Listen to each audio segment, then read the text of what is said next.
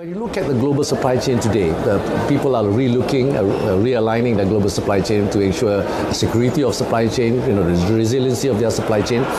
So if ASEAN can act as a group, right? Of course, there are certain parts can be done in Indonesia, some Malaysia, some Indonesia is rich in nickel, for example, right? So there's downstream opportunities there. Similarly, in the Philippines and Malaysia, also we have other strength as well. So because we bring the supply chain to ASEAN, then these companies will come to ASEAN. I mean, I give an example of Singapore.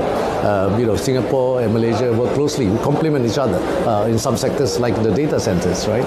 As you know, there's a moratorium on data centers in Singapore, so the companies could be based in Singapore, but the operations are based in Malaysia. So I believe that there is a win-win situation. Of course, healthy competition is also good, right? Healthy competition brings up, productivity, etc.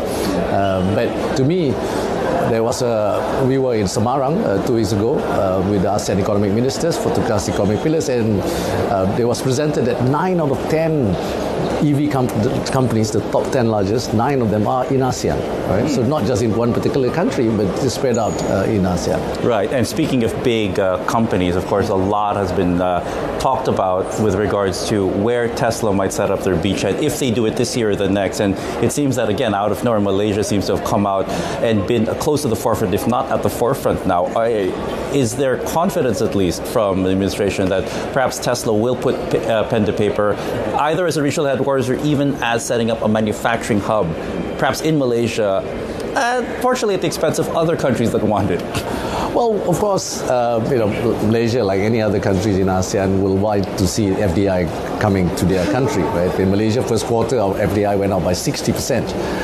And Tesla is a big name. But more importantly, to us, it's not really whether it's about Tesla or Intel or Infineon. Those are companies that recently make headlines in Malaysia, including AWS. It's about the spillover impact to a country, right? The reason why we want to attract these companies is because they will give spillover effect to the Malaysian companies, the SMEs and the Malaysian corporates supplying to this group.